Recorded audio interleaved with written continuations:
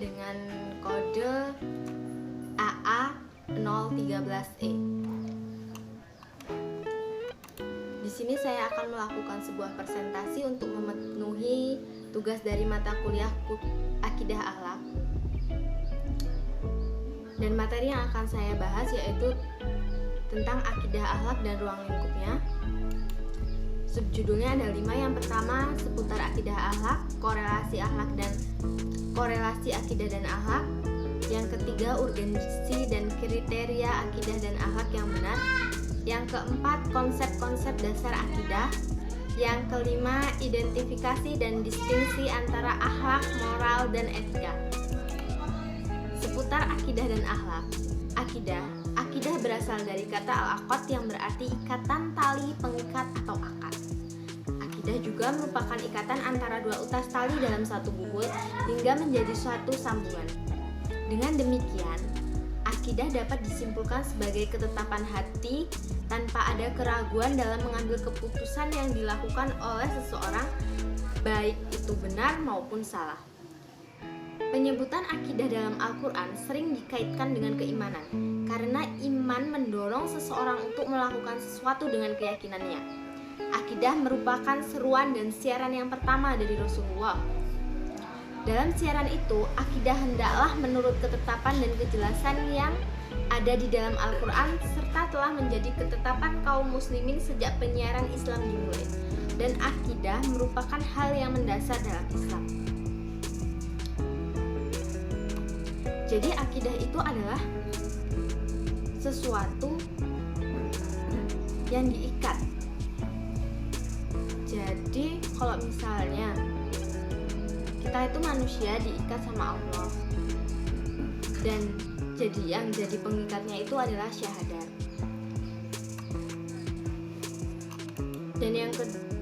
Dan berikutnya akhlak. Akhlak berasal dari bahasa Arab dari kata al-alaqah, yukhliku ikhlakan, sesuai dengan timbangan zawan, sulasi majid af'ala, yuf'ilu if'alan yang berarti al-sajiyah atau perangai, al-tabi'ah atau kelakuan, tabiat, dan watak dasar, al-adat atau kebiasaan, kelaziman, al-maru'ah peradaban yang baik, dan al-din agama. Akhlak dalam jiwanya dan selalu ada pada dirinya. Sifat itu bisa berupa perbuatan baik atau yang disebut dengan akhlak yang mulia, atau perbuatan buruk atau akhlak yang tercela sesuai dengan kebiasaan dalam pembimbingannya atau cara mendidiknya.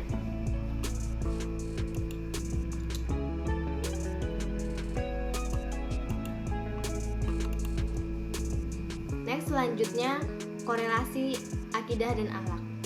Akidah merupakan suatu keyakinan yang harus dimiliki oleh seseorang dalam mengarungi kehidupan. Untuk itu, akidah dijadikan sebagai gudang akhlak yang kokoh.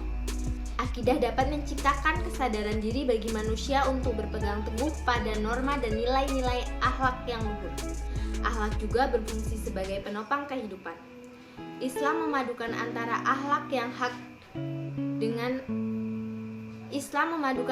agama yang hak dengan akhlak. Menurut teori ini, setiap individu diharapkan untuk berakhlak mulia dan dijadikan sebagai kewajiban atau taklif di atas pundaknya untuk dapat pahala atau siksa baginya. Atas landasan ini, agama tidak hanya mengutarakan nasihat-nasihat untuk akhlaknya tanpa dibebani rasa tanggung jawab. Bahkan, akhlak dianggap sebagai penyempurna ajaran agama, karena agama tersusun dari akidah dan perilaku, sedangkan akhlak mencerminkan sisi perilaku. Akhlak yang baik merupakan mata rantai kebahagiaan seseorang. Korelasi antara akidah dan akhlak terdapat dalam pernyataan Nabi Muhammad SAW yang diriwayatkan oleh Abu Hurairah radhiyallahu anhu. Rasulullah SAW bersabda, orang mukmin yang sempurna imannya adalah yang terbaik budi pengertinya atau akhlaknya. Menurut Muhammad Al-Ghazali, iman dapat mewujudkan akhlak yang baik dan mulia, sedangkan iman yang lemah mewujudkan akhlak yang jahat atau buruk. Materi yang ketiga, urgensi dan kriteria akidah dan akhlak yang benar. Urgensi akidah dan akhlak. Urgensi akidah Islam yang terbesar menjadikan akidah sebagai fondasi agama Islam ini. Dan amal kebaikan apapun tidak sah tanpa dilandasi akidah yang benar. Urgensi akhlak dalam Islam merupakan perilaku manusia yang selalu bersesuaian dengan nilai dan sifat yang telah tetap dan melekat di dalam kalbunya. Sikap manusia untuk melakukan atau tidak melakukan sesuatu ditimbang dengan menggunakan akhlak sebagai tolak ukurnya.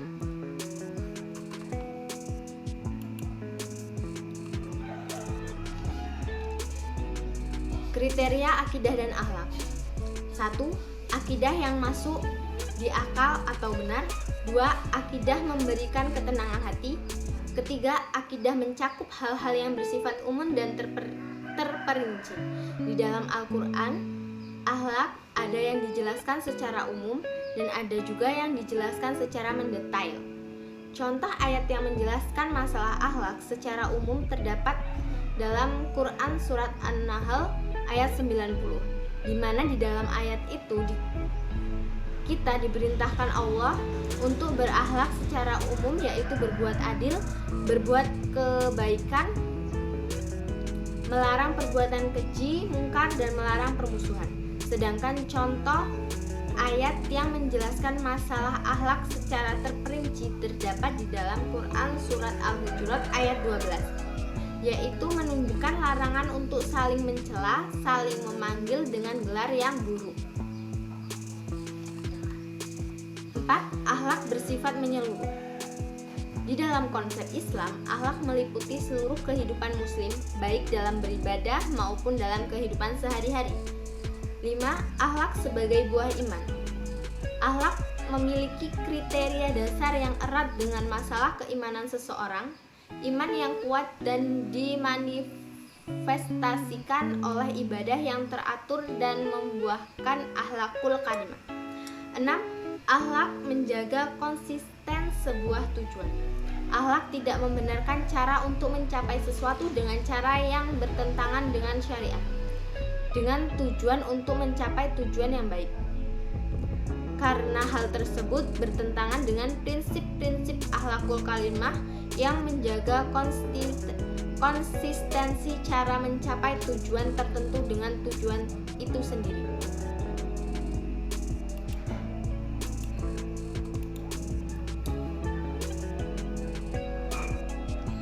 Yang keempat yaitu konsep-konsep dasar akidah.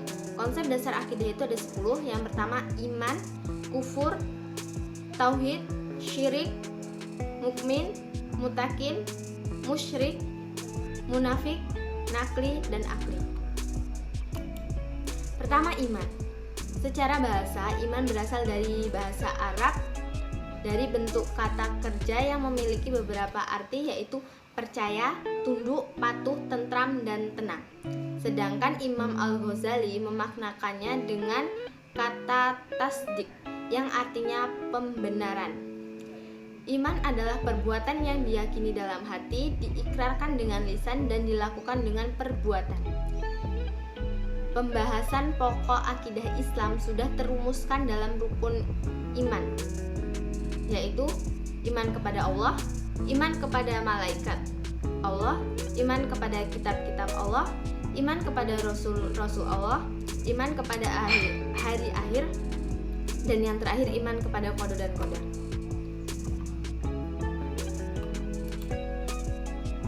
Konsep dasar akidah yang selanjutnya yaitu kufur. Kufur adalah keadaan tidak percaya kepada Allah Subhanahu wa taala. Kekufuran jelas sangat bertentangan dengan akidah Islam atau tauhid, sebab tauhid merupakan kepercayaan dan keyakinan terhadap keberadaan Allah Subhanahu wa taala. Orang kufur sering melakukan penentangan kepada Allah dan ketentuan-ketentuan syariatnya. Jadi kufur merupakan kondisi seseorang yang tidak mengikuti ketentuan-ketentuan syariat yang telah digariskan oleh Allah. Kufur juga mempunyai lubang-lubang yang kalau tidak hati-hati, seseorang akan terjerumus ke dalam lubang yang menyesatkan, seperti syirik, nifak, murtad, tidak mau bersyukur, dan sebagainya. Yang ketiga, tauhid. Tauhid merupakan bentuk pengesaan manusia kepada Allah untuk menjadikan Allah satu-satunya sesembahan. Jika dikatakan wahada syai'a artinya menjadikan sesuatu itu satu. Adapun menurut syariat berarti mengesahkan Allah dengan sesuatu yang khusus baginya, berupa rububiyah, uluhiyah, al-asma, dan sifat. Tauhid dibagi menjadi 3 macam. Yang pertama, tauhid rububiyah, yaitu tauhid ketuhanan yang mempercayai bahwa Allah Subhanahu wa taala satu-satunya pencipta, pemelihara, penguasa, dan pengatur alam ini.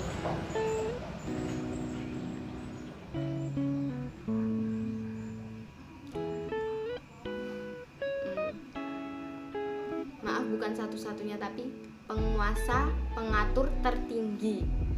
Karena di bawah aturan Allah itu kan masih banyak aturan-aturan yang lain. Sedangkan tauhid uluhiyah yaitu tauhid yang berkaitan dengan beribadah, berdoa, meminta dalam hal yang gaib, tunduk, merendah hanya kepada Allah, tidak kepada yang lain, dan tidak menerima hukum agama dan ketetapan dalam perkara gaib kecuali dari Allah. Tauhid asma dan sifat, yaitu tauhid yang berkaitan tentang mempercayai bahwa Allah memiliki segala sifat-sifat kesempurnaan sebagaimana yang diajarkan dalam Al-Quran dan hadis Nabi SAW. Demikian juga percaya bahwa Allah Maha Suci daripada segala sifat-sifat mustahil bagi dirinya, yakni sifat-sifat yang bertentangan dengan kebesaran dan kesempurnaannya. Syirik. Syirik adalah menyamakan Allah dengan selain Allah dalam hal yang seharusnya ditunjukkan khusus hanya untuk Allah. Syirik juga merupakan dosa besar. Hal ini sesuai sabda Rasulullah SAW. Syirik dibagi menjadi 2 macam, yaitu syirik besar. Syirik besar dibagi menjadi 4 macam.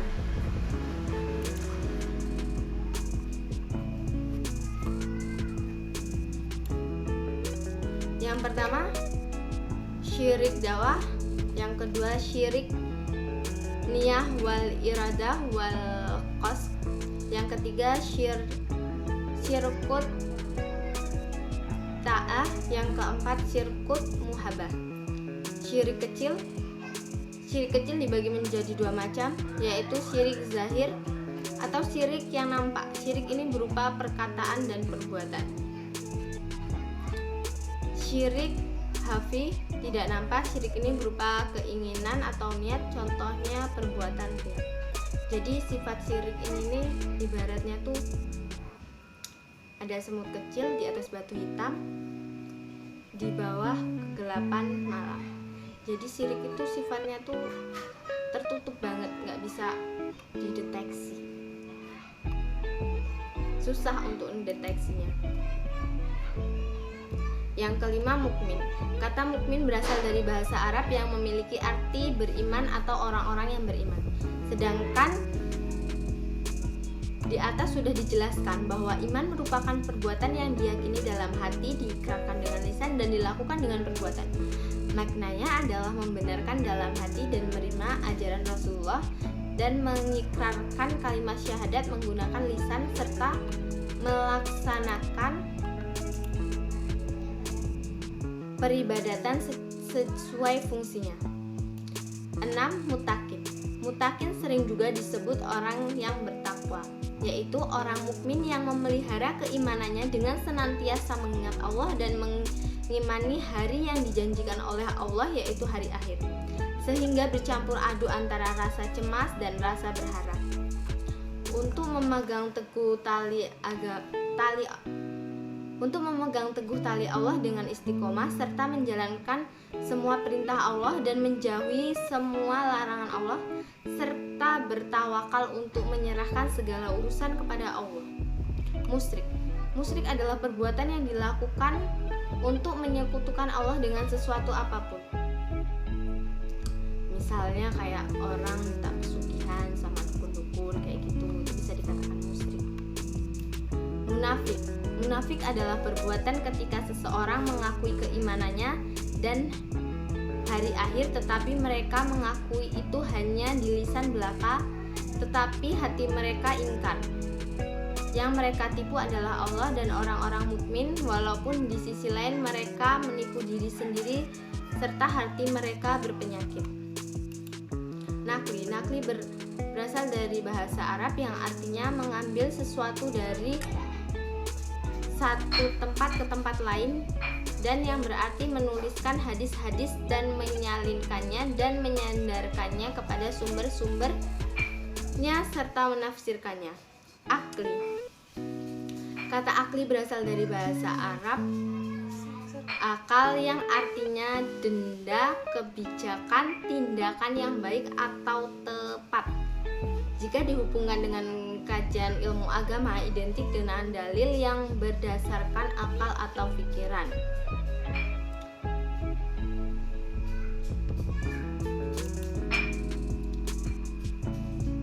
Yang terakhir,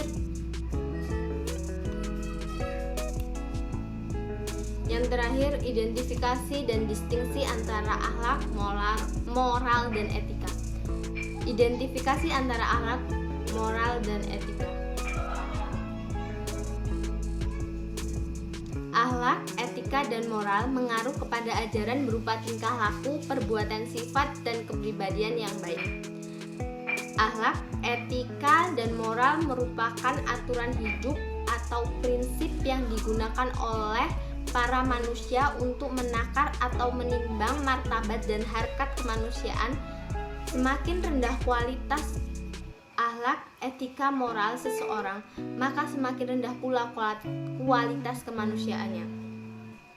Akhlak, etika, dan moral seseorang atau suatu kelompok tidak hanya dipengaruhi oleh faktor keturunannya yang bersifat konstan, tetap, dan statis, tetapi juga potensi positif yang dimiliki oleh orang tersebut. Untuk mengembangkan potensi positif tersebut diperlukan sebuah pendidikan, pembiasaan, dan keteladanan, serta dukungan dari lingkungan, dimulai dari lingkungan terkecil seperti keluarga, sekolah, masyarakat. Dukungan ini harus serta terus-menerus berkesinambungan dengan tingkat kesenjangan dan konsistensi yang tinggi. Distingsi antara akhlak, etika, dan moral. Akhlak merupakan istilah yang bersumber dari Al-Quran dan As-Sunnah. Nilai yang terkandung di dalamnya menentukan layak atau tidak layaknya, baik atau buruknya suatu perilaku, perbuatan, sifat, dan kepribadian. Akhlak bersifat universal atau umum yang bersumber dari ajaran Allah. Etika merupakan pengetahuan tentang suatu nilai dan kesusilaan yang berkaitan erat dengan baik atau buruknya sesuatu tingkah laku. Etika bersumber dari akal dan hati nurani yang direnungkan dari pemikiran yang mendalam. Etika bersifat temporer atau sementara. Hal ini sangat tergantung pada aliran yang mereka anut. Moral merupakan adat kebiasaan seseorang atau norma-norma yang diterima tentang wajar tidak wajarnya suatu tindakan seseorang di suatu lingkungan atau masyarakat tertentu. Ya, demikian tadi presentasi yang dapat saya sampaikan, dan mungkin yang bisa saya sampaikan lagi adalah bahwa ketika seseorang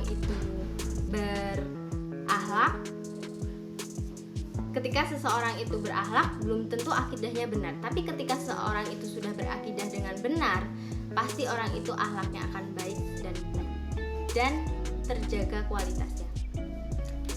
Kurang dan lebihnya saya mohon maaf. Saya akhiri. Wassalamualaikum warahmatullahi wabarakatuh.